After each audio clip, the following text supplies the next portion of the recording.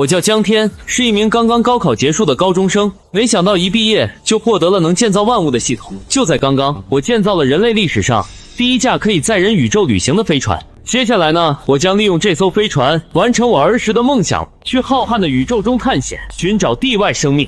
再见了，妈妈，今天我就要远航了。局长，不好了！雷达部门的同事侦查到 A 市有一架未经过报备的火箭即将发射升空。我们最近有火箭升空的计划吗？报告局长，最近几年内都没有，大概率是哪家民间企业偷摸建造的吧？担心被检查，所以想私自发射实验。这种情况经常存在，大概率也发射不起来，姑且由他去吧。这怎么行？预防万一，先致电当地警局，让他们派人去看看什么情况。发射火箭，这不是儿戏。若是发射失败，导致人员伤亡，我们航天局有不可推卸的责任。乖乖，这什么时候有一架火箭了？等等，不对啊，这不是火箭，这是一架载人航天飞船！快离开这儿！这架飞船要发射了！什么？这不是运载火箭，是载人航天飞船？这怎么可能？快，把火箭顶部画面拉大！这真是一架载人航天飞船！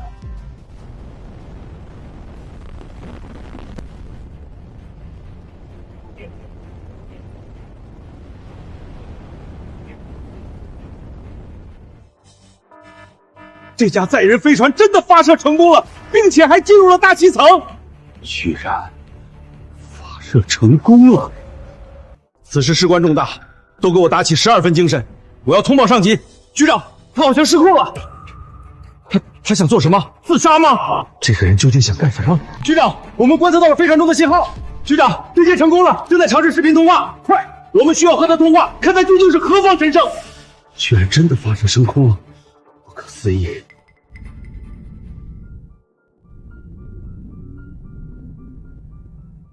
太空旅行太爽了，接下来打算去其他星球探险，或者去其他星系找外星人，甚至可以在宇宙进行直播，让蓝星人开开眼界。谁这个时候找我通话？你们是谁？就是他成功发射飞船进入了太空。我们准备这么多年都没能载人脱离地月轨道，他到底是什么人？小兄弟，我们是华夏航天局的，对你并没有恶意，只是好奇你是怎么跑到宇宙深处去的。当然是坐飞船啊！这飞船哪来的？当然是造出来的。造出的？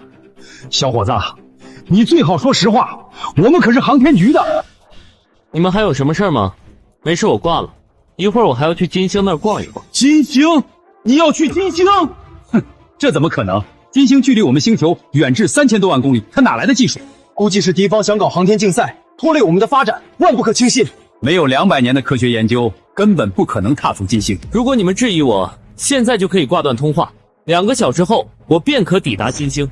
我们并非质疑你，只是很好奇。好奇就好好看着。我们没有任何理由相信，因为这并不符合科学常理。离开地月轨道，飞船就会彻底失去方向和动力，不久后你便会成为太空垃圾。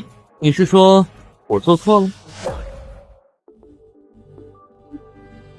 夏虫不可语冰，和你讲话和对牛弹琴有何区别？目前蓝星上，即便是现在最先进的能源，也不可能让你抵达遥远的金星。你就是在吹牛。那是因为你们太菜了，自己菜就多练，别人能做到就你不能做到，是因为你人不行。我劝你最好听我们的，现在回头还来得及，我们会派遣飞船去接应你。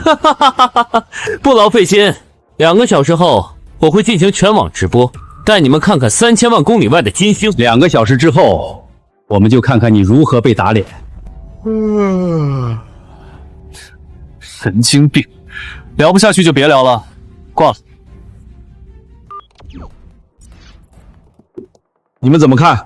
无妨，2个小时后我倒要看看他还能耍什么把戏。看来年轻人失败了，已经2个多小时了，没有任何消息，大概率出事故了。未知的太空充满了危险，年轻人就是容易冲动。现在好了，把自己的小命丢了。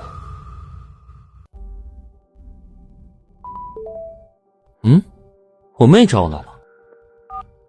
老哥，该吃午饭了，你什么时候回来？老妹啊，哥哥已经出了太阳系了，暂时回不去了。啊？太阳系？老哥，你编理由能不能靠谱一点？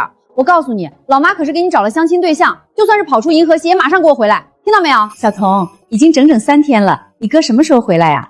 王姨给他介绍了相亲对象小美，人可好了。小天高中毕业已经成年了，就该谈着先，日后呀为感情打下基础。老妈，我哥他说他已经飞出太阳系了，这几天不回家了。我看他就是欠收拾，等他回家好好收拾。飞出太阳系，他这20好几的人了，咋这么幼稚呢？不就是相个亲吗？又没让他上刀山下火海，还编个八竿子打不着的理由。老哥，你听到了吧？张小彤，你等着，我现在刚刚出太阳系，等我找到落脚的地方，马上收拾你。哟，编的理由还有模有样的，还出太阳系呢。老哥，别说太阳系了，你哪怕是出了地球，以后你让我干啥我就干啥。好，一言为定。哼，死老哥，整天在外狂喊，吓一吓。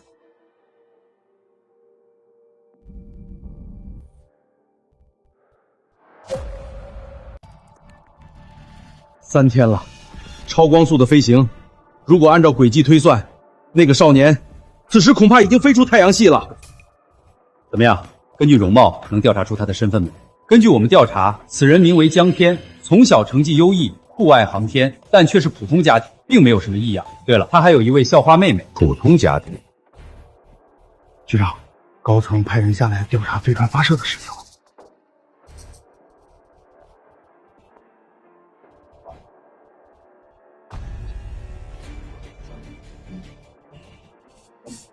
你是特战队的兵王？事情大致我们已经了解了，高层的意思是不惜一切代价要将那位少年救回来。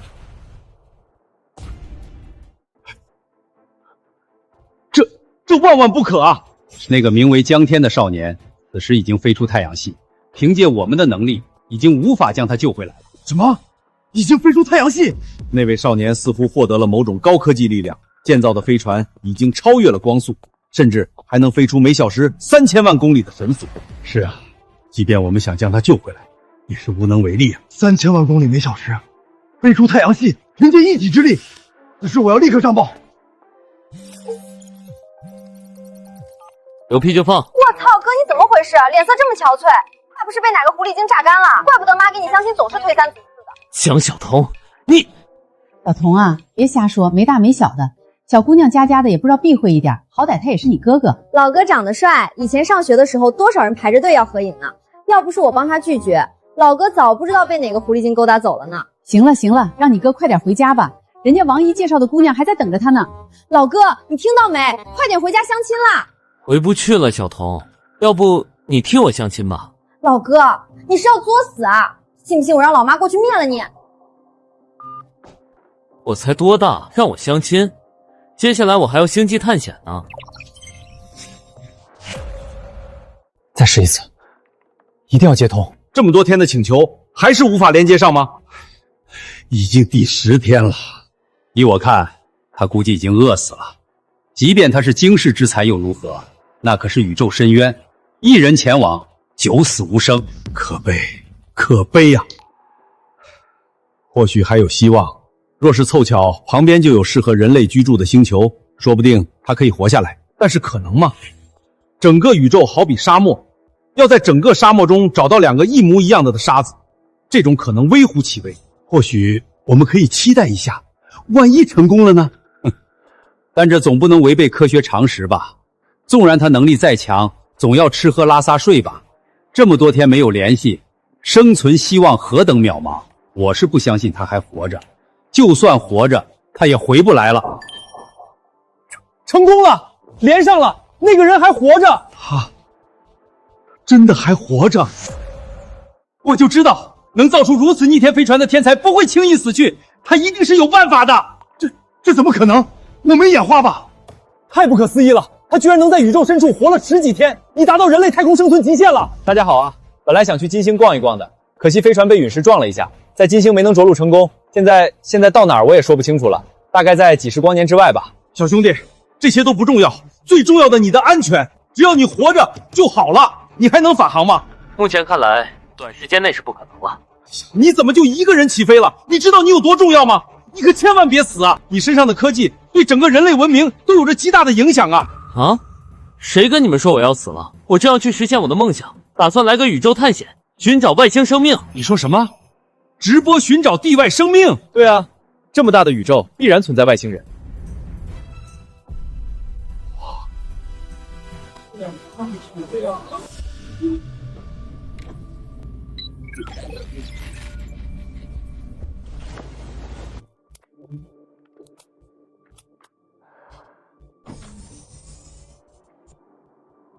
现在我已成功出舱，周围就是浩瀚的宇宙。大家可以看到，远处的星云正在缓缓流转，脚下便是我们未知星球。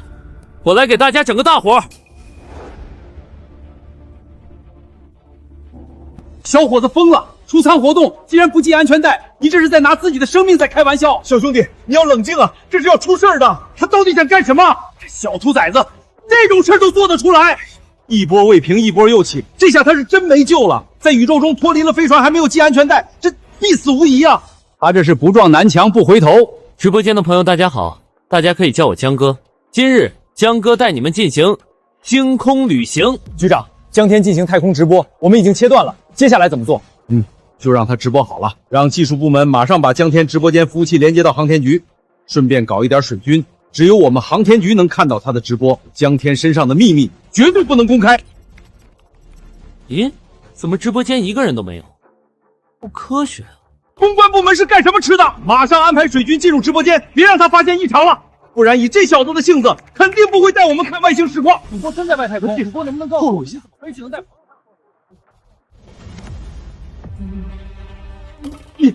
你们快看，那是什么？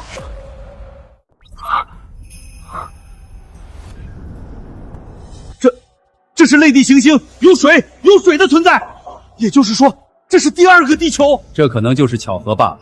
即便找到类地行星，这小子也活不了多久了。我们还是不要高兴得太早。这么高的距离，他就是想下去也办不到。什么玩意儿？宇航员视角的宇宙，这是特效吧？楼上的，这大概率是 AI 越来越强大了。可是特么让老子失业了。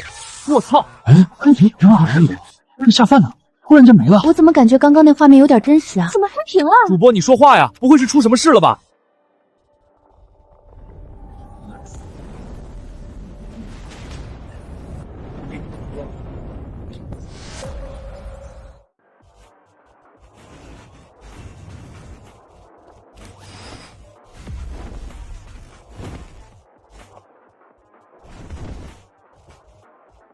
这就是那颗蔚蓝星球吗？好壮观啊！你们快看，江天没事，居然还平安落地了，而且航天服毫发无伤，这不可思议啊！眼前这星球很有可能适合人类居住的第二颗星球啊！竟然真的安全着陆，我本以为他就要命葬于此了。根据观测，这颗星球比地球还要大10倍，资源完全足够所有人类开启新的时代呀！这颗星球距离我们有多远？根据计算得出，大概在几10光年。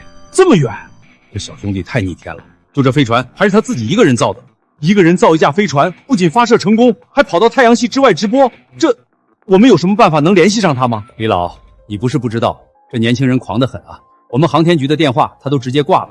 我看他能找到这颗星球，不过是运气好一些罢了。没有办法联系就想办法联系，这样的人才怎么能放过？他不是开了直播间吗？直播间可都是你们的人，这个事情交给我去办。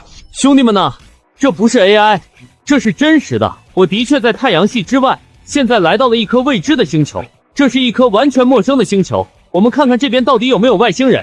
前面有一个小岛，过去看看，说不定还真能遇到外星人呢。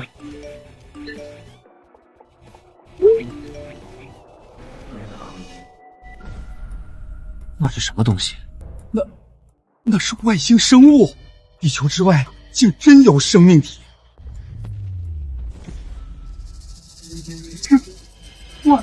外星生物！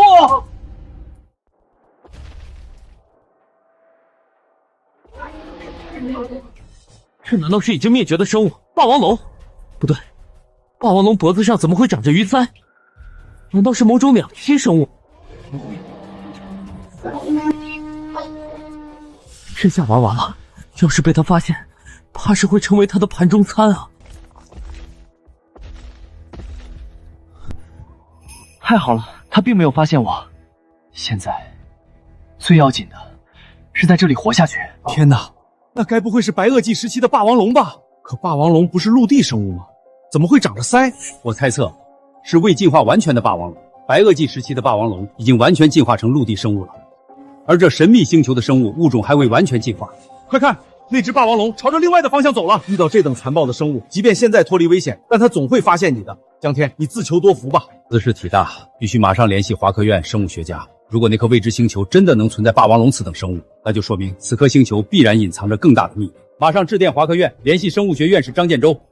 这是什么生物？怎么可能？这样的生物绝对不可能在地球上。这张照片你是从哪儿弄来的？孙局长，这到底怎么回事？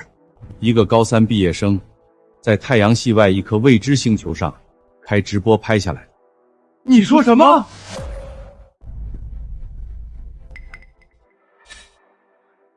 孙局长，你没开玩笑吧？高3生在外星直播，并且发现了外星生物，这听起来怎么像是恶作剧？此事当真不假，我这次前来就是想让你们根据这生物的特征判断那颗星球的具体情况。如果有可能，人类文明要开始飞跃了。你的意思是让我们研究这些生物和那个星球的环境？地外星球？孙局长，你该不会是想登陆那颗星球吧？这事情希望你们保密。直播画面被我们航天局截留下来了，你们还需和我走一趟。这外星生物的研究价值高于地球上的任何生物啊！我真想亲眼见一见。那是早已在白垩纪灭绝的果树。张院士，快看，那是外星生物的粪便，蓝色的。还有那上古时期的乔木。张院士，你们先冷静一下。快，你们航天局有没有载人飞船？我要以最快的速度赶过去。快，先把张院士扶下去休息。兄弟们，看来这外星生物对我没兴趣啊。不过好像情况依旧不容乐观。你们看，这四面全是海洋。我猜测我落点的地方是一个小岛。我现在很饿，要寻找食物和水源。万能建造系统检测到铁矿石，宿主是否打造生活用具？我靠，外星居然有铁矿，这下发了！真没想到这颗荒寂星球上居然藏着铁矿。系统能打造万物，但没有原材料，一切都是空谈。本以为流落到这颗星球，这逆天系统就要彻底沦为摆设，没想到竟在绝境中寻到了生机。搞定了，接下来就是找吃的。对了，刚刚在山脚附近有野果和蘑菇，今天就来个香菇炖水果吧。家人们看好了，这可是外星纯天然野生香菇，炖出来的味儿绝了。铁锅？他哪来的铁锅？他明明落到岛上的时候什么都没带来，这小子又在搞什么鬼？凭空建造一口铁锅，这怎么可能？太不科学了！这小子是怎么做到的？快把刚刚的蘑菇和野果的高清画面放大！这是在白垩纪有记载的物种？难道这颗星球此时存在的时期相对于地球的白垩纪？不计一切代价，务必把这个年轻人接回来。他手里的那些植物标本绝非寻常，若是能顺利带回地球，对物种进化起源的研究将起到颠覆性的作用，其价值无可估量。这已经不可能了。按照我的估算，江天活不过3天。即便他现在有了食物，但他没有庇护所，早晚会成为外星怪兽的盘中餐。刚刚江天身后好像有个黑影一闪而过。李院士，你看错了吧？我怎么没看见？大家快看，我没看错，那个黑影。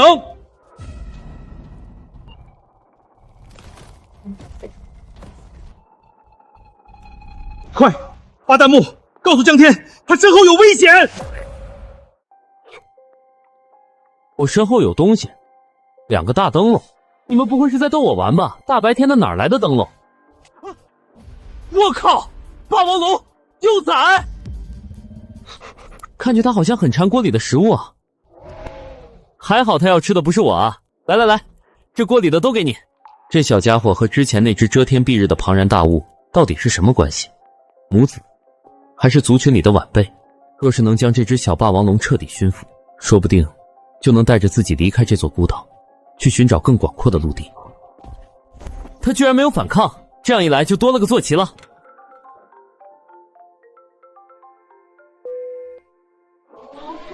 我操，老哥你疯了，想吓死人啊！你说什么玩意儿？你哥平时是发这种声音的吗？你哥我正忙着呢，没空搭理你。老哥，我这不是关心你的终身大事吗？王一家的闺女再过几天就来咱家了，你什么时候回来倒是给个话啊！我现在距离地球几十光年，暂时回不去了。不过我在这儿收服了一只外星生物，很带劲儿。你骗鬼呢！你这谎话一段接着一段是吧？接下来是不是要在外星造房子了？我不管，什么时候回来吧？到时候再说吧。就这样，挂了。走。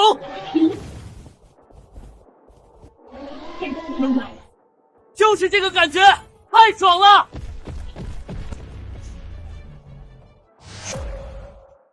快，给他开视频，打电话给他，我要和他通话。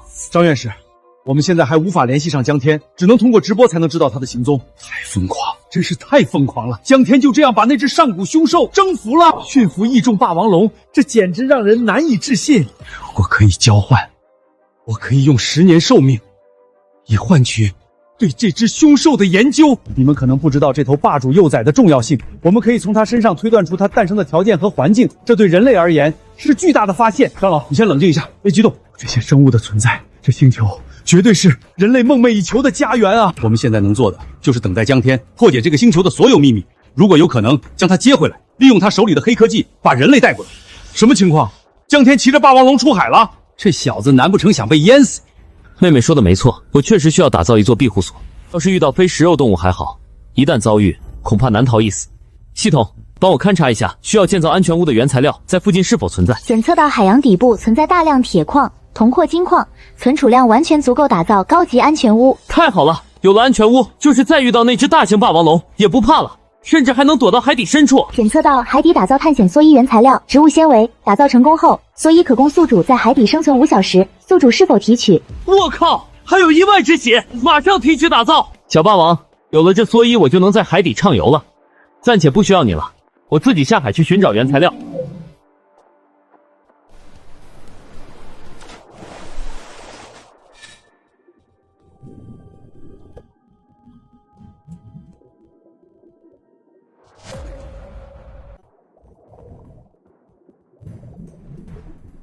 这海洋可真壮观啊！直播间的兄弟们，你们看到了吗？事不宜迟，我先把材料弄到手再说。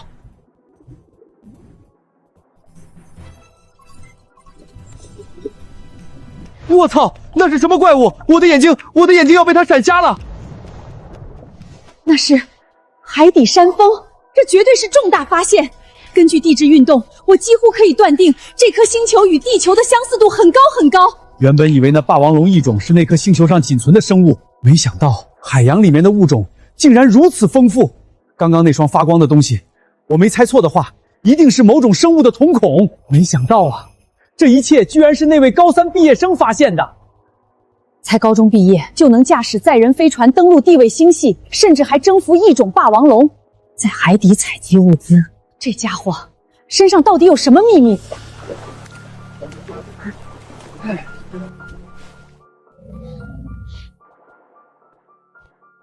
刚刚真是惊险啊！要是被那未知生物发现，那就完蛋了。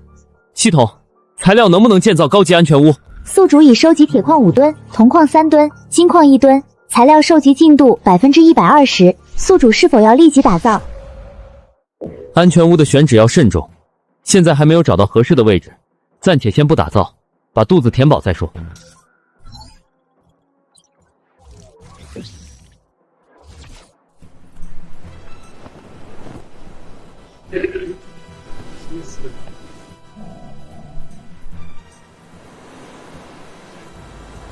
家人们，你们猜我待会儿钓什么鱼上来？鱼儿要上钩了。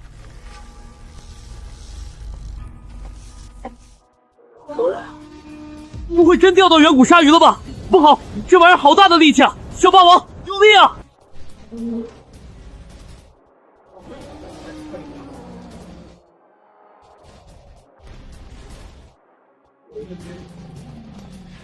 这是鳄鱼？不对，这不是鳄鱼，这到底是什么？好像是鳄鱼的变异种。那双眼睛貌似就是江天在海底遇到会发光的瞳孔一模一样的。马上致电华科院，联系张院士。张院士，江天钓上来的鳄鱼到底是什么物种？哦，那不是鳄鱼，那是帝王鳄。帝王鳄。按照生物标本和特征来看，这确实是帝王鳄，在地球白垩纪时期的霸主，在水中的战斗力是恐怖的存在。江天钓鱼钓出了白垩纪的远古霸主，看来我们的研究是要中断了。这江天再有本事，也不可能同时驯服2只远古霸主。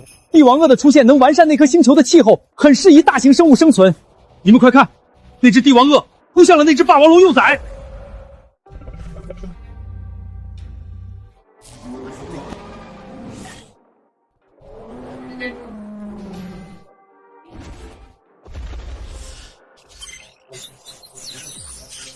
小霸王龙，你退后，让我来。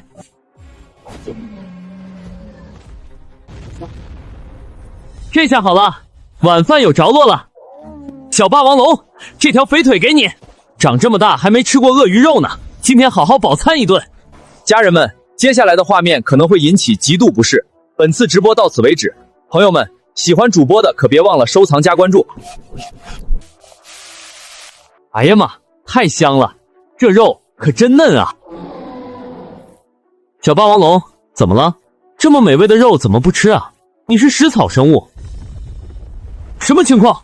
我操！海水在涌上来了，这个小岛在下沉。那可是帝王鳄呀，就这样被炸死了，我的心好痛啊！长老，节哀吧，那是外星动物保护法，不管用的。那家伙该不会是要把帝王鳄给吃了吧？暴殄天物啊！要是能拿回来研究，对古生物研究价值巨大呀！按照航天局给的时间推算，江天已经离开地球半个月了，他的家人难道一点都不担心吗？根据航天局和有关部门的调查，他们家就是普通家庭，并未发现异样，而且他们还不知道江天此时已经离开太阳系。不知道？这家伙难道是偷跑的？刚毕业就创了这么大祸，我的帝王鳄呀！这死孩子跑哪儿去了？长大归长大，但不能这么肆无忌惮啊！这么久没有回家，他到底在干什么？这么大个孩子了，不会有事的。哥说他已经在太阳系之外了，还养了一只霸王龙。这孩子编理由也越来越敷衍了，我看就是和那几个朋友鬼混去了。眼看就到填志愿的时间了，到时候让他和王姨的姑娘填一个院校。你也真是的，平日就惯着他，现在已经无法无天了。这么大的孩子给点自由怎么了？再说了，小天高考成绩都能上清北了，这放养的不是挺好的吗？老哥哟，你再不回来，我可帮你顶不住了。造孽啊，还没找到新的大陆，这里就要沉没了。原本还想在这岛上建造安全屋，现在看来已经没有必要了。小霸王，你妈妈是不是丢下你跑了？放心吧，有我一口肉，就有你一根骨头。我现在还要下海准备一些原材料，以备不时之需。这岛一时半会儿还不会完全沉没，你先等等我，很快回来。怎么回事？这海水的温度这么高？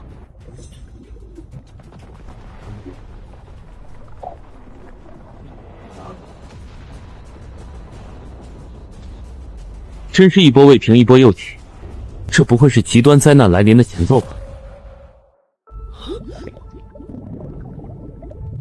果然有不少稀有矿石，有了这些矿石，就能打造超级信号器，甚至还能造成核裂变能源器。这样一来，安全屋就完全不用担心能源问题了。我操！小岛呢？沉了！系统，快帮我打造安全屋！马上！正在建造20×20×20面积安全屋，模型已选好，正在建造。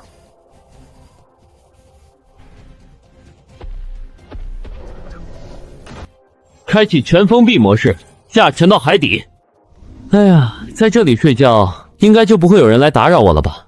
全封闭，还会自动造出氧气。要是食物再多些，这里简直是世外桃源啊！怎么回事？江天怎么住进房子了？难道那座岛上曾经有外星人居住过？不对呀，张院士，你看房间窗外，那是深海，那是火山岩浆，它正在剧烈活动，随时有爆发的危险。江天危险！向教授，这是怎么回事？这颗星球极有可能处于演化关键时间点，有很大的可能出现恐怖的世界末日场景，江天很难在这种环境活下来。什么？星球演化？张院士，向教授，我们重新捕捉到了江天的信号，而且很强烈。快马上请求通话，他现在很危险。你谁啊？我是华科院地质学院院士向清玄。然后呢？现在处境很危险。根据你直播间的观察，你处在的那颗星球此时正在星球演化关键期，随时都有可能爆发强大的自然灾害，而这灾难绝对比地球任何生物大灭绝都要恐怖无数倍。那可真是来对了，这样直播更加有看点了。反正不必害怕，这安全屋就算是世界末日来临都无所畏惧。以目前你的手段，你很难在那颗星球存活。还有什么事吗？没有挂了。我没有和你在开玩笑，那颗星球即将世界末日。看来得跑一趟了。那架载人飞船还能再次利用，上面的物资足够我在这里生存很长一段时间。主要这颗星球全是海洋啊，难不成这是水球？向教授，你刚刚对江天语气也太差了，一开口就要人家把自己的科技全部贡献出来，讲贡献那一套对年轻人已经不管用了。能够研究这等科技，还能驯服霸王龙，在海底造安全屋，其思想的高度和智商的恐怖，岂是我们能想象的？我猜测，这孩子是想通过直播形式，将他的科技一点点露出来，让我们自行研究。我们只看到了第1层，而这孩子已经处在第5层了。只要他性命无忧，他一定能返回地球的。张院士、李院士，你们的意思是，只要江天活着，就一切皆有可能？兄弟们，今天是主播来到陌生星球的第3天，我给大家讲一下，主播的载人飞船大概落在距离安全屋东南方向50里外，我待会儿要前往标记点对飞船进行回收。放心吧，不会有怪物的，总不能一直这么倒霉吧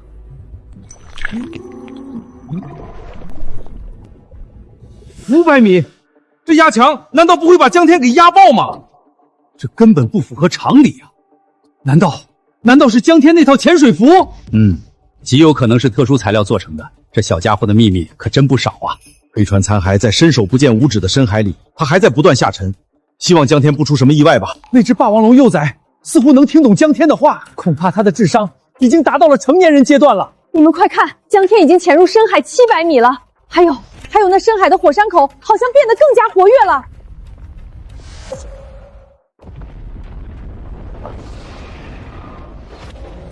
火山怎么会在这个时候突然爆发了？小霸王，岩浆上升速度太快了，我们得尽快前往飞船残骸处，要不然回收计划就泡汤了。太好了，这架飞船内部结构还是完好无损的，里面的物资还很安全，幸好当时舱门自动关闭了，要不然回收就麻烦了。小霸王，接下来就看你的表演了。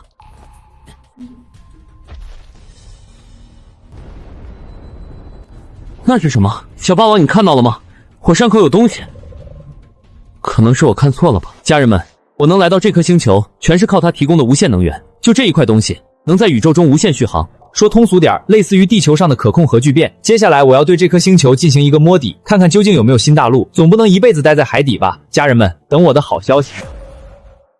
他刚刚说什么？那是可控核聚变的能源体呀！虽然隔着一块铁疙瘩，但隐约间还能看到它泛着蓝光。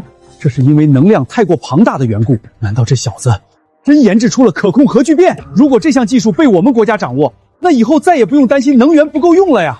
完全可以将目光投向太空其他星系啊！致电航天局，他们对航天能源是专业的，我想咨询他们的看法。孙局长，江天直播画面你都看到了吧？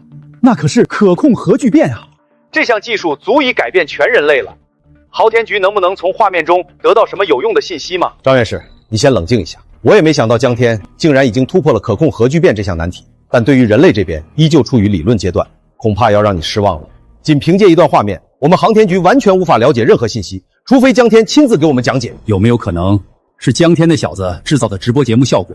那根本不是可控核聚变。虽然也有这个可能，但是我不认为一个能飞出太阳系的年轻人会这么无聊来欺骗我们。不错，若是假的，江天没有必要冒着生命危险潜入海底近1000米处。现在江天要探索这颗星球，那我们拭目以待吧。若是没有太大的生存空间，说不定他就会回来了。到时候我再上门请教他。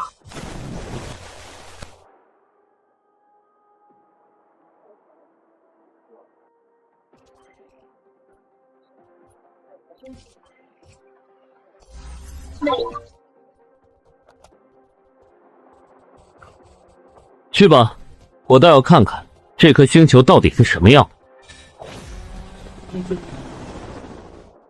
不会吧，到目前为止没有发现任何一点陆地，这真是一颗水球吗？还是说这颗星球的陆地到了特定时间才会浮出来？看来要做好长期在这颗星球生存的准备了。没有陆地，就算是重新建造好了载人飞船，那也飞不起来啊！而且在建造火箭的原材料中，白金是不可或缺的。目前我们的存量严重不足，看来还是得继续往深海找了。上好的鳄鱼肉，尝尝。哎，我记得你不是不吃肉的吗？怎么今天像个饿狼一样呢？是不是在海底找矿石消耗太大了？尝尝。这居然藏着这么大一块白金！这白金在距离那座火山口不远处的环形山内侧，深海800米。怎么这些矿石全是火山附近啊？舍不得孩子套不着狼，为了矿石，上刀山下火海也要试一试。小霸王，我们还要潜入海底深处一趟。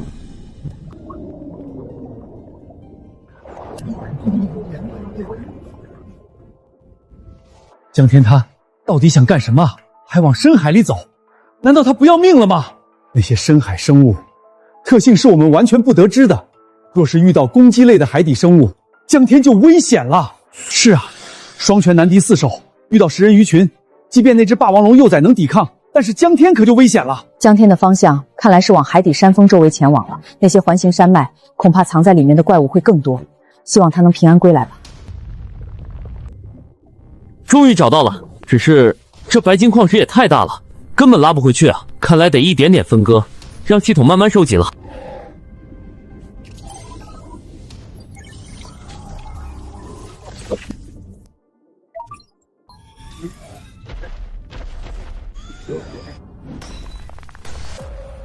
不是吧？无人机按照超音速飞行了数个小时，还是一望无际的海洋。唉，罢了，先把矿石搞到手再说吧。小霸王，怎么了？那有什么东西吗？那是什么东西？好像有一道光。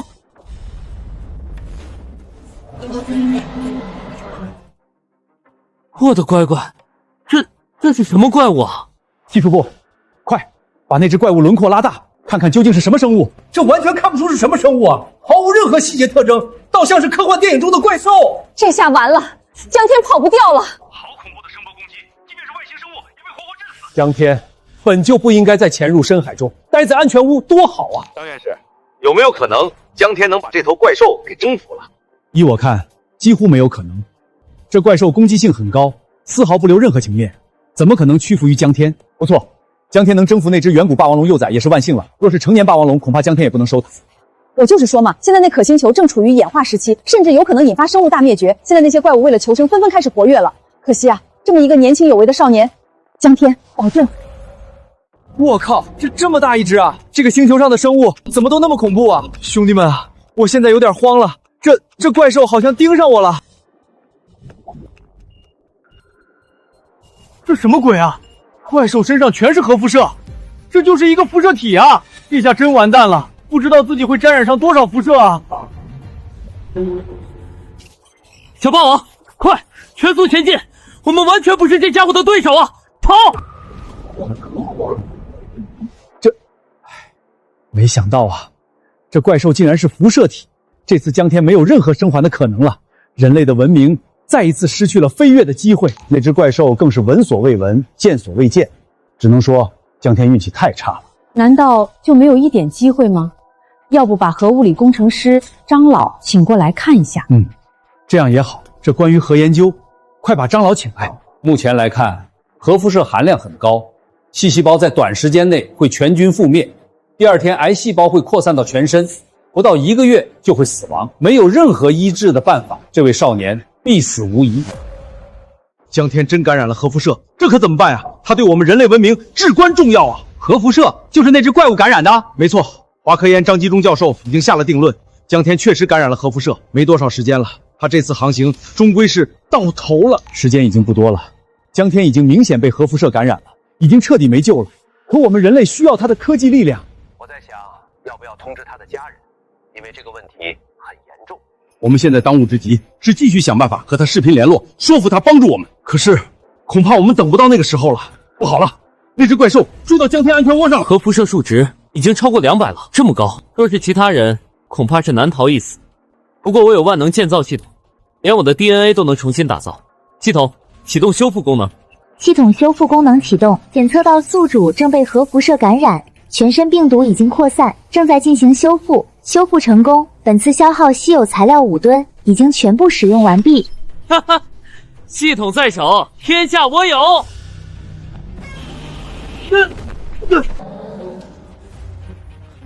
这家伙不会把安全屋给撞散架吧？不愧是系统出品，这安全屋的质量太强了。这家伙是有多大仇多大怨啊！我脑震荡都要被震出来了。狗日的，今天不是你死就是我亡，让你尝尝这些武器的厉害。电磁枪打造成功，超强防护服打造成功，激光枪打造成功，战斗机器人打造成功。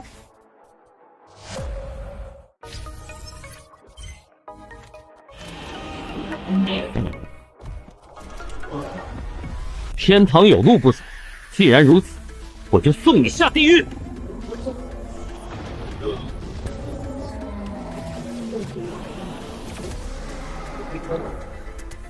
好戏还在后头。小霸王龙，是我们反击的时候了。武器，江天造出了武器，这什么情况？不仅是武器，还有那些人形机器人，仿佛完全可以替代人上战场。这太不可思议了！江天是怎么做到的？等等，江天，他手上的核辐射感染情况好像消失了。这到底发生了什么？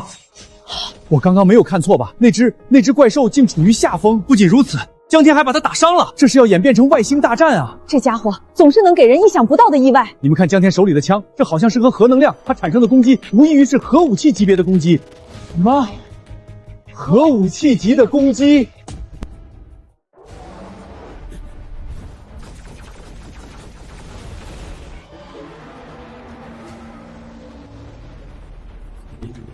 有点东西，看来是我低估你了。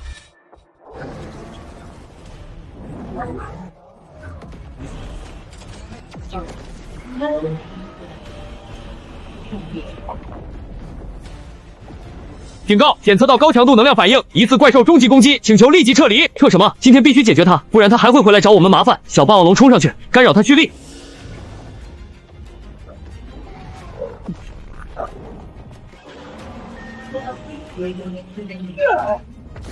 给我彻底消失！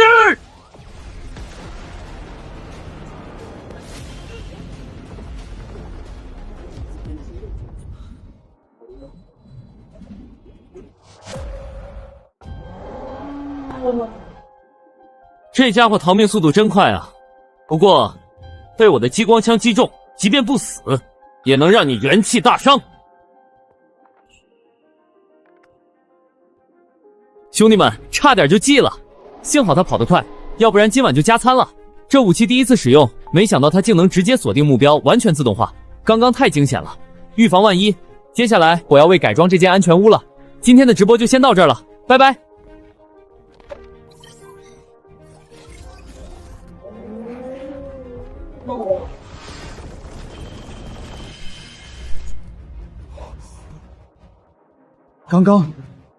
刚刚是江天打赢了那只怪兽，这地球人居然能击败如此恐怖的怪物。江天真的是人类吗？江天仅2个回合就将怪兽给打成了重伤，太强了。据我观察，那些机器人的攻击同样杀伤力极高。若是能将这项技术带回来，未来我们的国家将不再受任何人欺负。根据航天局那边传回来的消息，江天感染的核辐射已经全部消失了，先前溃烂的皮肤已经恢复如初了。什么？这核辐射还能从人体全部消除？他说怎么做到的？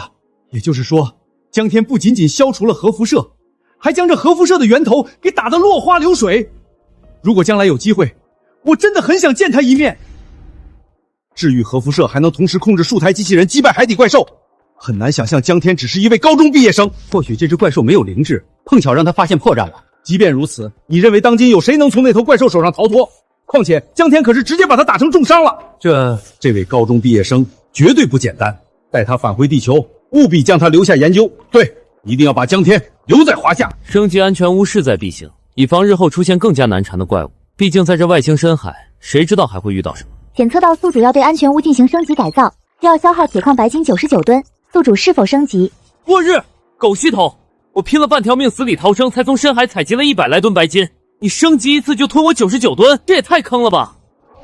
宿主严格按照升级模具所需材料的数量操作，绝无针对。宿主升级安全屋后，可抵达海底3万米。狗系统，你故意的吧？这才不到1000米就遇到这头哥斯拉怪兽，深海3万米，你是不是想让我死，好继承我的小霸王啊？宿主别误会，系统检测到海底2万米内有极大的矿石资源，以及打造各种黑科技的原材料。等等，你是说这深海中还有宝贝？是的。如果能够一趟把各种模具材料收集，那岂不是可以在这个星球成为真正的主人？到时候直接在海洋上方打造新大陆，这个险还是值得冒的。系统，给我升级安全屋。超级安全屋正在升级。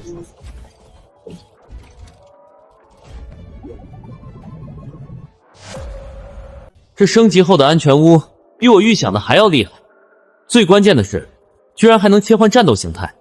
以后再遇上那些难缠的怪物，看我不轻松拿捏。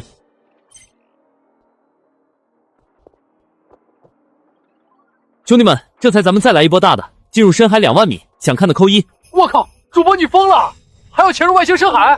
主播，要不你先冷静一下吧，探险更深的海域，那可不是闹着玩的。对啊，想想你的家人、你的爱人，还有自己未完成的梦想。我的梦想就是在外星探险，我现在正在实现我的梦想，祝福我吧，兄弟们，我去也。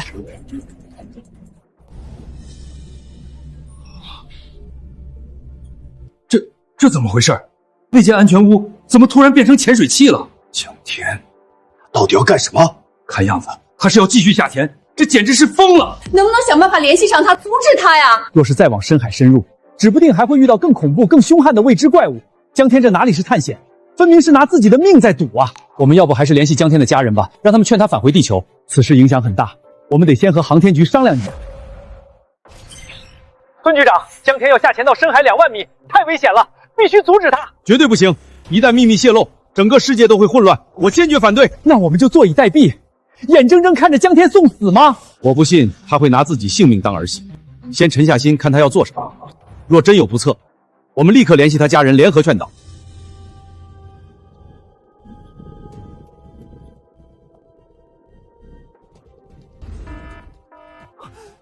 这才下潜到6000多米，温度竟然就飙升到50摄氏度了。小霸王，咱们继续下潜，去深海的尽头看看藏着什么宝藏。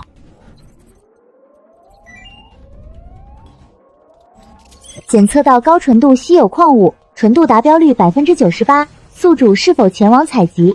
终于找到了，系统立刻定位，把具体坐标标出来。距离这么近，正好，现在就出发，绝不耽误。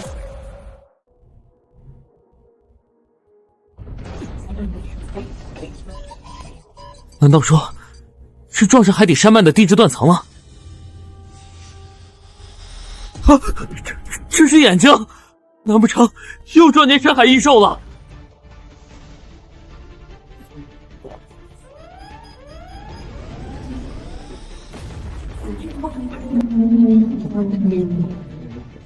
那是《山海经》里面的鲲鹏。上古神话中的鲲鹏怎么会出现在深海里？样貌特征几乎一致，这一发现对我们研究上古生物演化都是颠覆性的突破。鲲鹏居然在深海里，不知道它会不会攻击江天？如果没有攻击性，那是最好的。这鲲鹏巨兽比起之前的辐射怪还要强大得多。这鲲鹏的体型、体长保守估计超过500米。难道说《山海经》里面的神话生物全是真的？江天此时的处境很微妙。神话传说中的鲲鹏居然被我遇到了，拍个合影留念一下。小霸王别慌，有我在，他伤不到你。我们需要的矿石在他身后，我们悄悄地绕过去。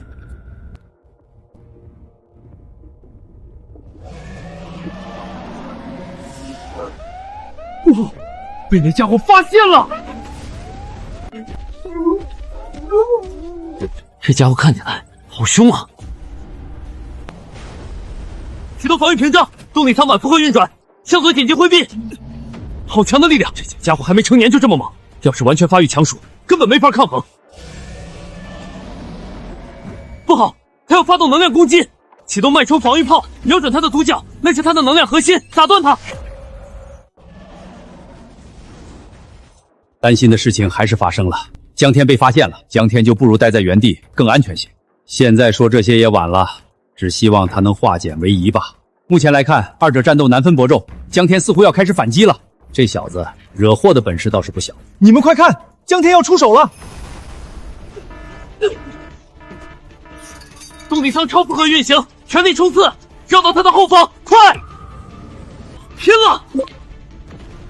机会来了！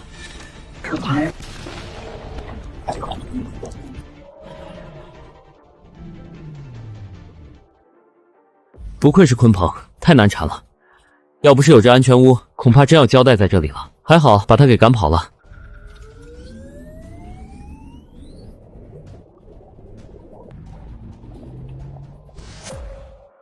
江天竟然把鲲鹏打跑了！2万米深海，硬汉上古鲲鹏还能全身而退，甚至逼退对方。江天这小子越来越让人琢磨不透了。要是能把鲲鹏活捉回来就好了，太有研究价值了。能把鲲鹏打跑已是万幸了，它的体积就是拉也拉不回来。这颗星球还有很多秘密尚未被发掘。局长，我没看错吧？这头深海巨兽竟然败给了人类！这头鲲鹏恐怕连我们的常规武器都无法对其造成实质性伤害。江天好小子，真是个天纵奇才。他的安全屋到底藏着多少我们不知道的秘密？等他回来，必须交给我们航天局仔细研究。江天采集完矿石，应该准备结束这段深海之旅了吧？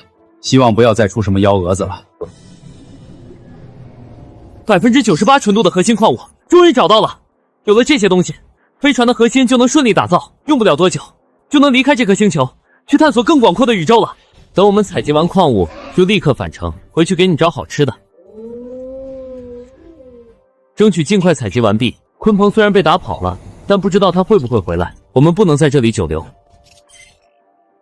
这地方不宜久留，该撤了。咦，海底怎么会有声音？难道是我听错了？可能是最近睡眠不好，产生幻听了吧。1万米下深层海域检测到超能矿石，储量巨大，符合陆地建造核心材料标准，宿主是否前往探测？超能矿石，那可是用来搭建人工陆地的核心材料。系统，你没跟我开玩笑？数据检测无误，同搜无期。这3万米深海竟隐藏这么大面积的稀有矿石，这储存量完全可以用来打造一个小型陆地。兄弟们，听到了吧？3万米深海底下藏着能造陆地的宝贝，我打算再往下闯一闯。你们觉得我该干这一票吗？主播疯了，快掉头回去！这已经不是冒险，是玩命！1000米域辐射怪兽，2万米方干翻鲲鹏，3万米指不定蹦出什么史前邪神。见好就收吧，哥！别冲了，别冲了！你家小霸王还等着你带他吃烤肉呢。深海底下哪有肉排香啊？看来大家伙都怕我把小命丢在深海里。不过，为了造出这片星球的第一块陆地，这3万米，我闯定了。3万米，我闯定了！江天绝对是疯了！3万米深海的风险根本无法预判，他就不怕回不来吗？那可是3万米深海，指不定还有更加恐怖的怪物。这颗星球还在演化节点，这些矿山很可能就是演化的产物。若是江天抵达深海，遭遇恐怖的自然灾害，那可不是拥有武器就能保命的。不行，必须要让江天返回。可是，我们还有什么办法让他回来？航天局应该有江天家人信息，马上联系他们，找到江天的家人。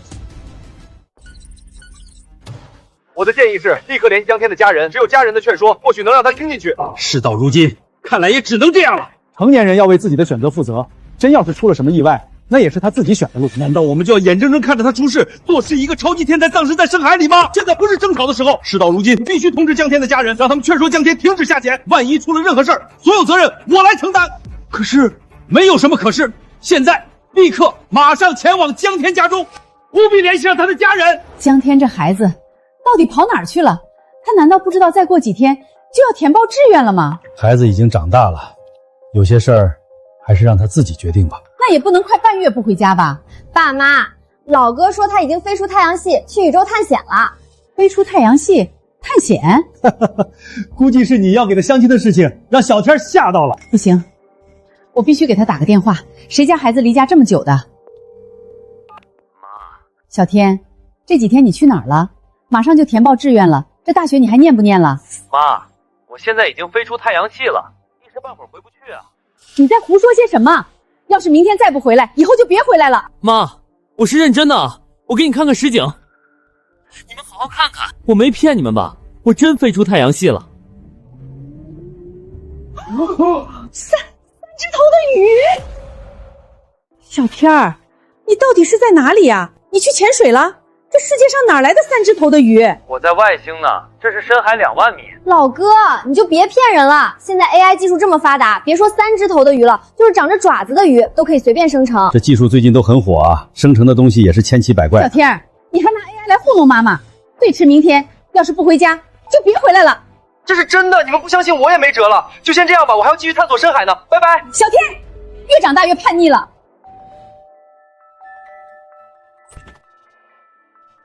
你好，请问是找哪位？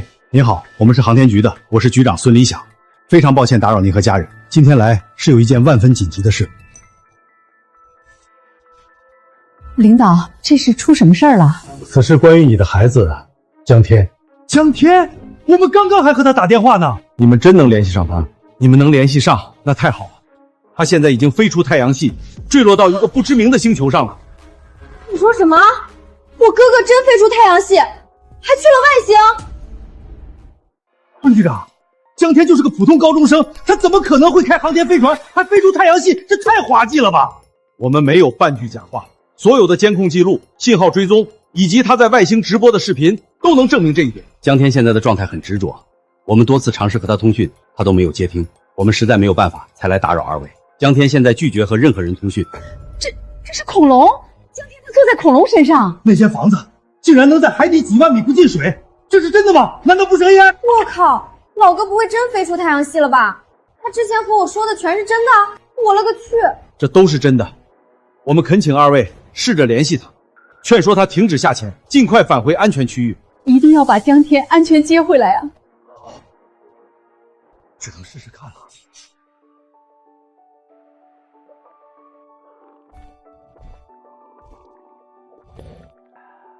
这海水的颜色变化这么大，就像是被油漆染过了一般。该不会在3万米下隐藏着一只巨无霸怪物吧？小霸王，你怕不怕？放心好了，升级后的安全屋，即便是这颗星球爆炸，我们都能相安无事。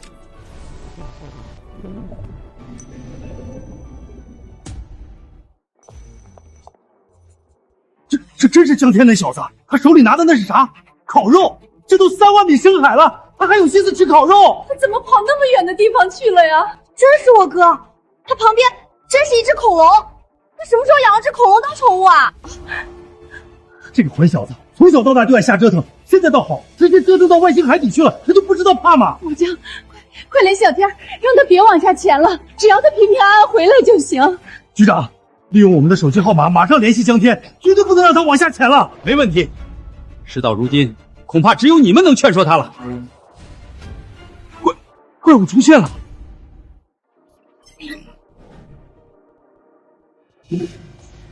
那是什么？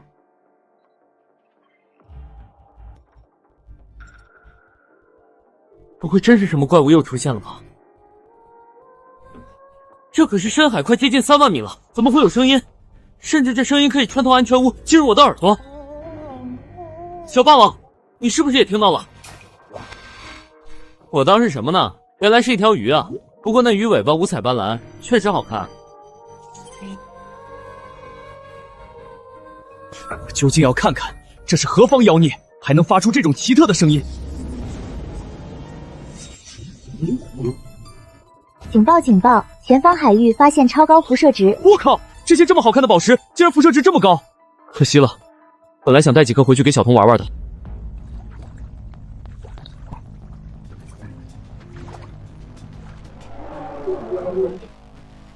我靠，那是美人鱼！美人鱼，居然是美人鱼！这世界上真的存在美人鱼，这太震撼了！这个发现绝对是人类生物历史上载入史册的事迹。我担心这只美人鱼对江天不利，它发出的声音仿佛能抽走人的灵魂。希望江天不要主动去招惹它。那是美人鱼，人身鱼尾，还能发出这么奇特的歌声，这是传说中的生物。没想到深海28000米竟然还有这种传说中的生物。江天，他现在就在旁边，太危险了。小天他会不会有危险啊？快让他回来呀！美人鱼，我的天哪！老哥，你还是快跑吧！马上用江天家人的号码请求视频通话，快！我的乖乖，这美人鱼不会和传说中的一样，要是他认为我占领了他的地盘，会不会吃了我？小霸王，你也怕他呀？要不我们试着和他打个招呼，以示友好？不是才联系没多久，老爸怎么又来联系？小天，你给我听着，你停止探索，马上返回安全区域，你现在很危险。小天，别再冒险了，赶紧回来！你外星探险竟然不带我，可恶！江天，这美人鱼可能具有攻击性，还有它的声音让人产生眩晕，你最好马上离开，不然很容易惹麻烦。我现在情况特殊，需要找矿石材料打造新飞船，现在暂时上不了海面了。江天，这可是关乎性命的大事儿，你要慎重。你不要把我们的建议当耳旁风，这都是为了你好。小天，你不要意气用事，还是快点离开那条美人鱼吧。他这是要干嘛？不会是想把我当成食物吧？这身材，这皮肤，要是放在地球，那绝对是稳拿世界选美冠军的水准。哎，怎么回事？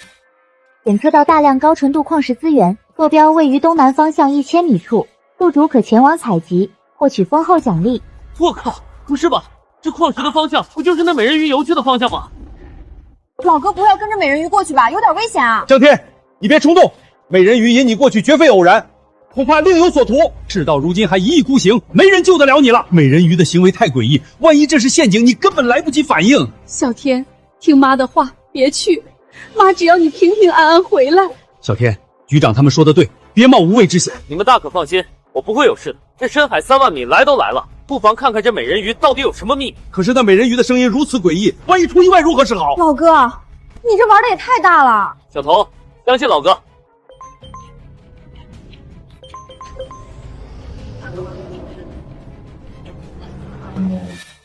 江天居然跟着美人鱼过去了，他不要命了吗？航天局那边什么情况？不是已经找到江天家人了吗？怎么还搞不定？江天恐怕已经被这美人鱼蛊惑了。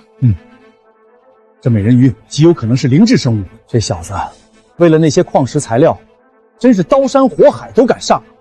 不好了，你们快看，江天他被一群美人鱼给围住了。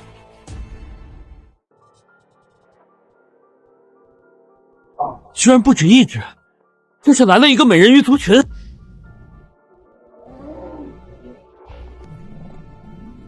有我在，还有这安全屋顶着，他们伤不到我们。不过他们这是要干什么？围着我们不动，既不攻击也不离开，难道是把我们当成入侵者了？这歌声好像不是随便唱的，难道是某种语言？系统能不能解析一下这歌声的含义？检测到未知声波信号，该声波不属于现有任何已知语言体系，无法识别具体含义。搞什么啊，狗系统！关键时候掉链子，看来只能靠自己猜了。那个，我们没有恶意，就是来这边找些矿石，不会打扰你们太久。拿到东西我们就走。看来他们真的没有恶意，难道是我想多了？他这是让我去采集矿石，这么大方。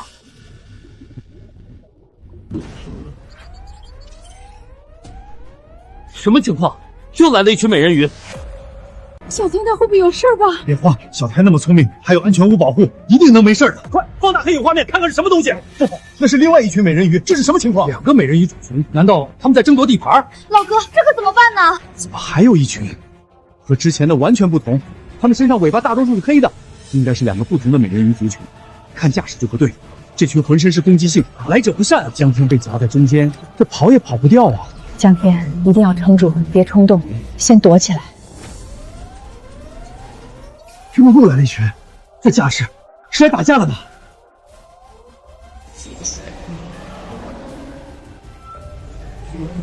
这群美人鱼来者不善，我们有危险了。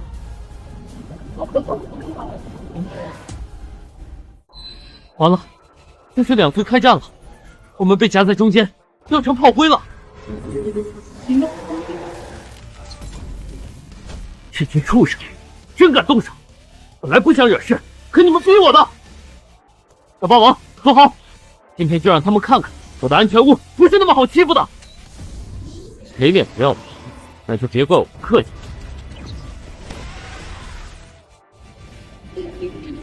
哎，这群畜生没完没了啊，数量太多了，打不死啊！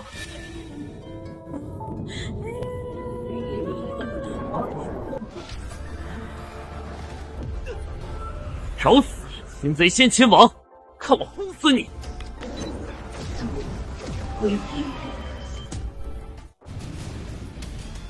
老哥和另外一群美人鱼打起来了。这怎么还有一群？那黑尾美人鱼似乎把江天当成了敌人。我猜测是2个美人鱼种群在争夺资源，而江天恰好在他们中间，被误以为是争夺资源者。那麻烦大了，江天，你可要撑住啊！这还有一群美人鱼，另外一群美人鱼攻击性好强，牙齿也更锋利。江天被轮番攻击，他不会有事吧？希望江天能躲过这一劫吧。还不死心，那就彻底解决你！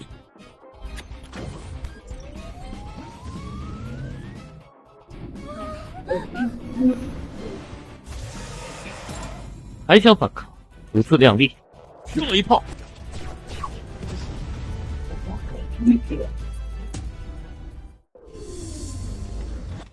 滚！再敢怀疑，一个个都给你们轰成渣！举手之劳，不必客气。只能怪那黑鱼尾美人鱼太没眼力见了，欺负到你江天爷爷头上了，差点忘了正事。这么多高纯度矿石可不能浪费，大获全胜，马上收集。高纯度能量矿石，纯度98%，可用于升级安全屋，兑换丰厚奖励。江天把那群美人鱼打跑了，这怎么可能？居然真击退了这么多美人鱼攻击！这臭小子从小到大就爱闯祸，可关键时候从来不掉链子。那些凶巴巴的黑尾美人鱼根本不是我老哥的对手，老哥太帅了。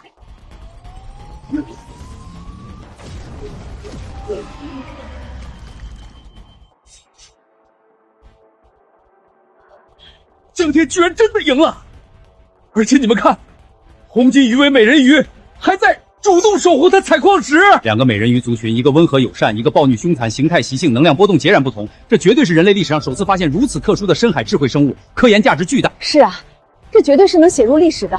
江天这小子真不赖。江天，希望你能尽快返回安全海域吧，这一路可真苦。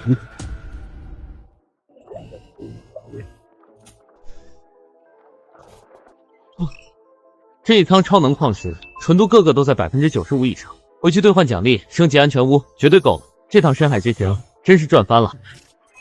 检测到稀有超能矿石，可用于升级进阶版安全屋，宿主是否进阶？还有1万只血，这安全屋也要升级了。刚刚和那群美人鱼大战，防御值可花费了不少啊。系统，马上进阶。消耗稀有超能矿石1吨，正在升级安全屋，升级成功，恭喜宿主获得加强版安全屋。多谢你们了，矿石我已经收集完了，不打扰你们了，我该回去了。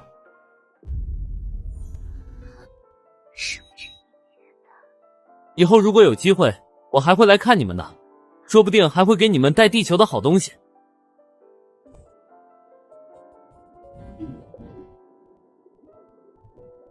走了，再见了。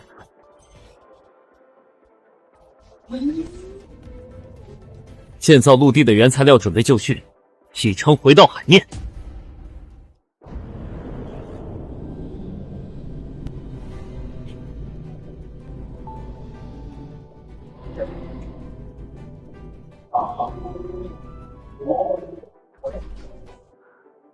大自然的气息，久违了，我回来了。小天，不能再胡闹了，快点想办法，赶紧回家。刚才真的太危险了，要不是有那安全屋，恐怕江天就回不来了。江天，你难道不打算先返回地球吗？老哥，你还打算待在那颗星球干嘛？接下来我要打造这颗星球上的第一块人造大陆。啊，我刚刚好像听到鸟叫声了，这哪来的鸟？老哥，你头顶上好像有一只大鸟，是一只猛禽。好大的一只鸟啊！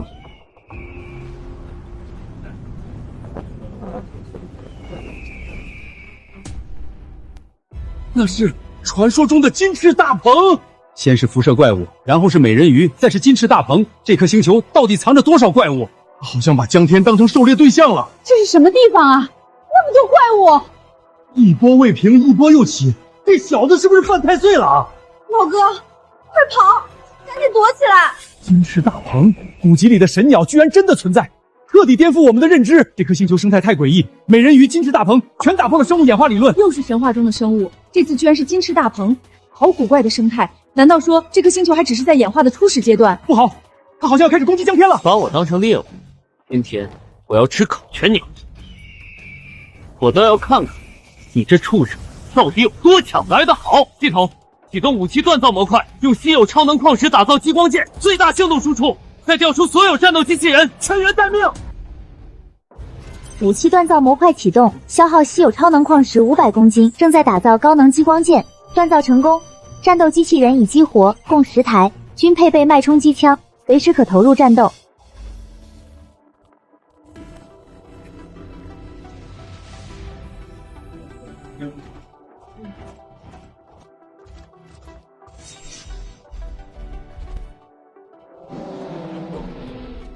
小家伙，待在这里别乱跑，看我收拾他！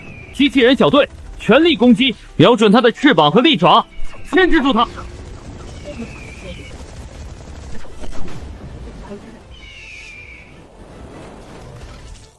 好硬的羽毛，看来得找它的弱点。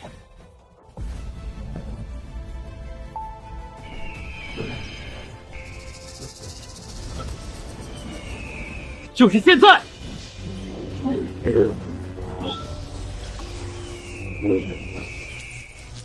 集中火力攻击他的眼睛！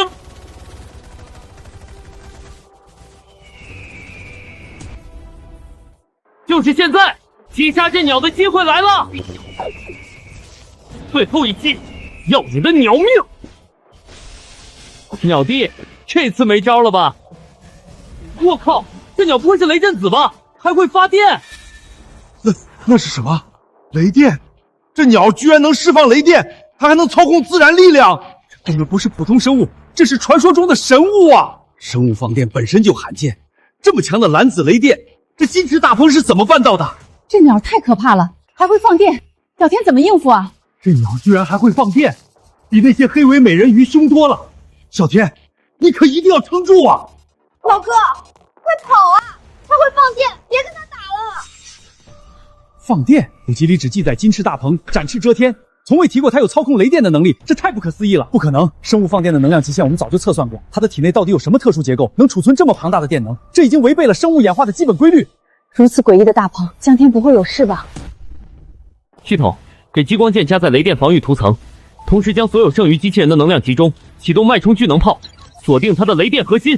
激光剑雷电防御涂层加载完毕，剩余6台战斗机器人能量集中完成，脉冲聚能炮启动，蓄力中。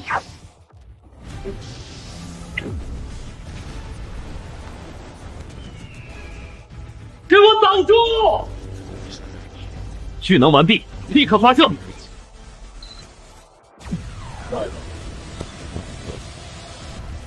机会来了，就是现在，结束它！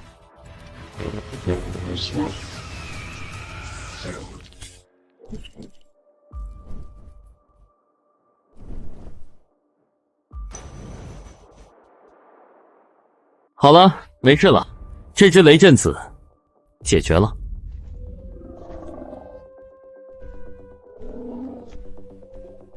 小霸王，今晚我们加餐，吃烤鸟。赢了，小天赢了，太好了！这小子什么时候变这么强了？他还只是一个高中生啊！哇塞，那些机器人、激光剑还能操控着玩，这太酷了！那些机器人好强的攻击力啊，太不可思议了！这怎么可能？那可是金翅大鹏啊！更关键的是，江天居然能同时操控这么多台机器人，这智能化程度非常之高。江天击败了能操控雷电的金翅大鹏，匪夷所思哎！要是这金翅大鹏能活抓就好了，可以拿来研究它是如何放电的。金翅大鹏的雷电核心被摧毁的画面我已经记录下来了，这对我们研究生物能量存有着不可估量的价值。江天没事就好，希望他接下来能顺利吧，还不知道会遇到什么。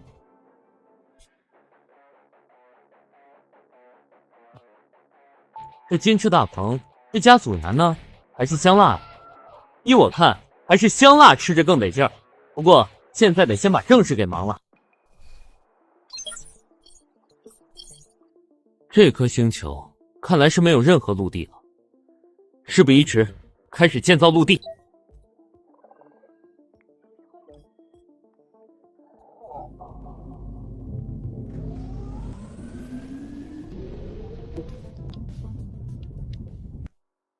所有材料储备完毕，能源输出稳定，造陆计划现在启动。丁，检测矿石总量达标，高能粒子聚合程序已激活，1000米级浮空大陆基座开始建造，预计10分钟成型。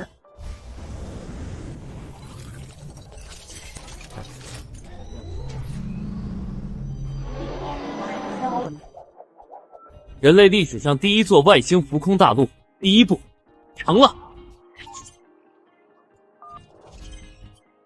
孙局长，有事。江天，你真的在建造外星大陆？那是浮空基座。没错，接下来我会把它扩建成能居住、能科研、自给自足的外星新城。你难道就不怕再次引来更加恐怖的怪物吗？勇敢的人先享受世界。反重力悬浮稳定，承重达标，抗风浪等级拉满，这技术人类至少还要数百年才能突破。你到底是怎么做到的？原理以后再说，我现在要继续推进建造，没时间多聊。浮空技术、可控重力技术，这对全球基建、航天、能源领域是颠覆性突破。建造这么大的陆地，就只需要10分钟，这太夸张了吧？江天这是要在太阳系之外造一个城市啊！人类历史上首次。先把底层承重骨架铺满，反重力引擎要均匀分布，6台主引擎，12台辅助引擎，这样才能在海面上长期稳定悬浮。这样一来，就算长期风吹雨打，大陆也不会松散，不会下沉，不会被海水侵蚀。别急，我再把重力场调稳一点，保持和真实地面一致，这样不管是人还是动植物，上来都能直接适应。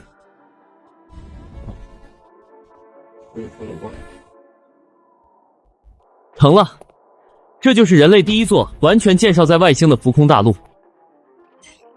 东侧划作种植区，面积大一点，光照充足，适合种瓜果蔬菜。西侧建住宅区，配套生活设施。中间位置建科研楼，视野最好，方便观测整个星球。北侧留作能源区，把超能矿石核心放那里，稳定供电。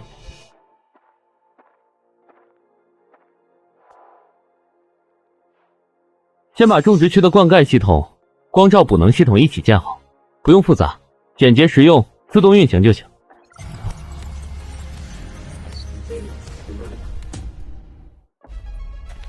房子有了，电有了，接下来该把吃的搞定了。西瓜、番茄、黄瓜、草莓、小麦、生菜，能种的全都安排上。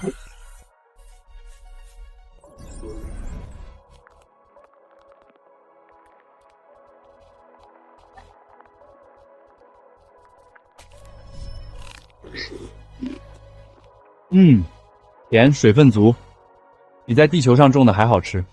我的天，从撒下去到成熟，连10分钟都不到，这简直是神迹！生物学家研究了一辈子的植物生长规律，在你这儿直接被改写了。要是把这技术带回地球，全世界的粮食问题、蔬菜问题直接就解决了。江天，你这急速种植到底是怎么做到的？能不能把这技术带回来呀？就是土壤改良、粒子催长，再把种子优化一下，稳定高产，还没公害。那我们等你回来，你可一定要把技术给我们啊！放心吧，这也不是什么高深的技术。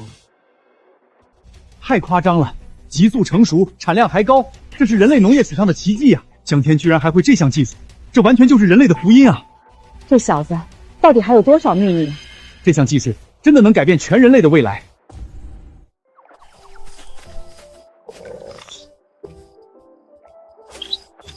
别闹，刚成熟的果子都被你踩烂了，想吃自己去那边摘。什么情况？地震？还是海底火山又爆发了？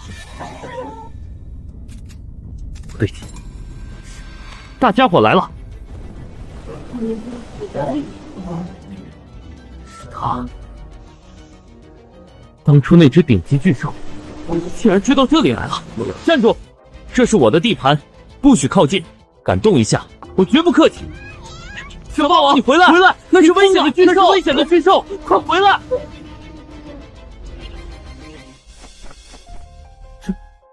这是你妈妈，她是来找你的。好家伙，我还以为死敌上门要大战一场，结果是亲妈来找孩子，吓死我了。是那只霸王龙，没想到它回来了。看来他是找到那只小霸王龙的气息，追过来了。还好，江天没把那只小霸王龙给吃了，要不然现在就麻烦了。我还以为江天要遭遇不测，这颗星球也太能吓人了，什么时候都能冒出只大怪物。成年霸王龙个体如此庞大威严，幼体却温顺亲人，这说明他们是高智慧生物。宇宙生命的样子永远超出我们的想象。原来你不是被遗弃的，只是不小心和妈妈走散了。现在好了，家人团聚，再也不用害怕了。你放心，她在我这里很安全，我没让她受过委屈。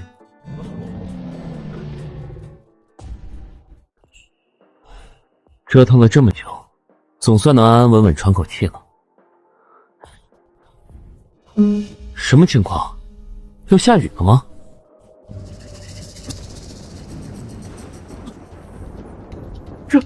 这是什么鬼天气？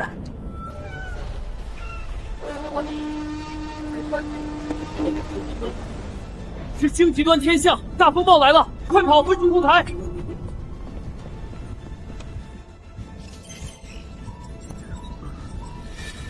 立刻启动全域终极防御护盾，最大功率，全频东段覆盖。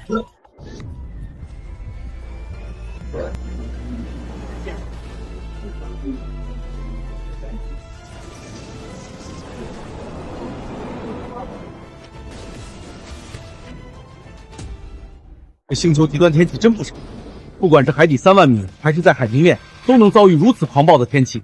这些生物在这种环境之下还能生存，确实是不简单。刚建好的家，刚安稳下来，怎么会遇上这种天灾？正或许是这种极端天气，所以才会有这么多不可思议的生物。这颗星球的研究价值太高了。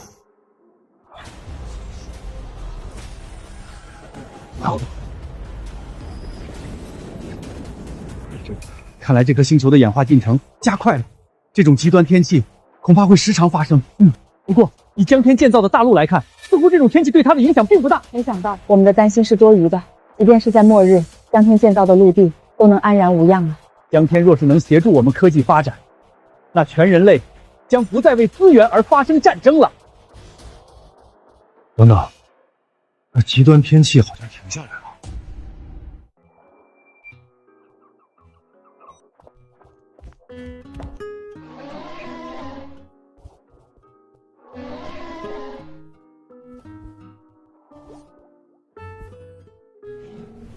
这颗星球的探险快要进入尾声了，我将再次远航。还有那么多没见过的星球，那么多未知的文明，我想去看看。宇宙之旅，你愿意和我去吗？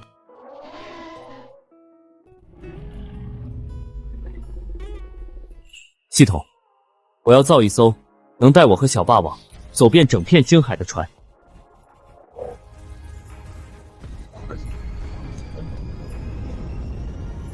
从今以后，你就叫旅行者1号，带着我们去闯每一片没人去过的星空。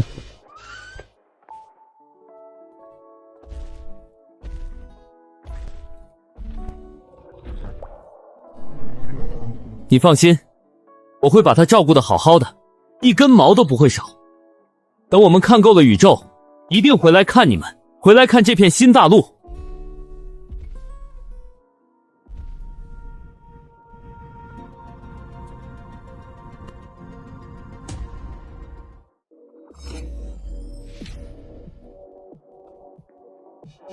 这是要回来了吗？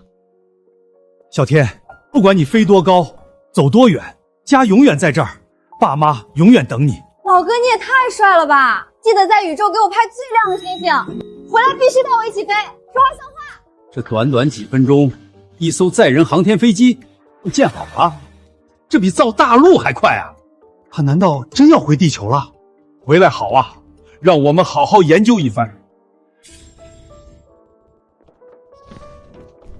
再见了，好好守护这里，守护我们的新大陆，我们一定会回来的。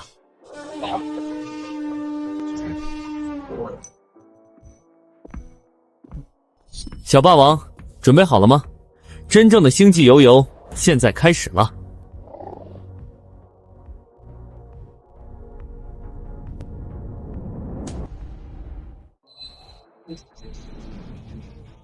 原来江天的载人飞船就是这样建造的，只花了短短10分钟，太不可思议了！而且，这架载人飞船貌似是用可控制核聚变造成的，也就是说，完全不用担心续航问题。江天，这是打算返回地球吗？江天很可能会继续在宇宙探险。有梦想的小子，祝他一切顺利。全系统检测完毕，可控核聚变引擎就绪，超光速引擎预热完成，全域防御护重开启，发射轨道清空，请求发射。启动发射程序，目标：浩瀚宇宙。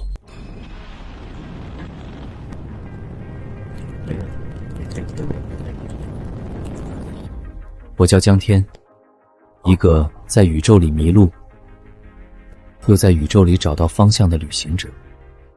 我迷过路，遇过险，见过家园，也守过伙伴。但我知道，只要星海还在，我的冒险就永远不会结束。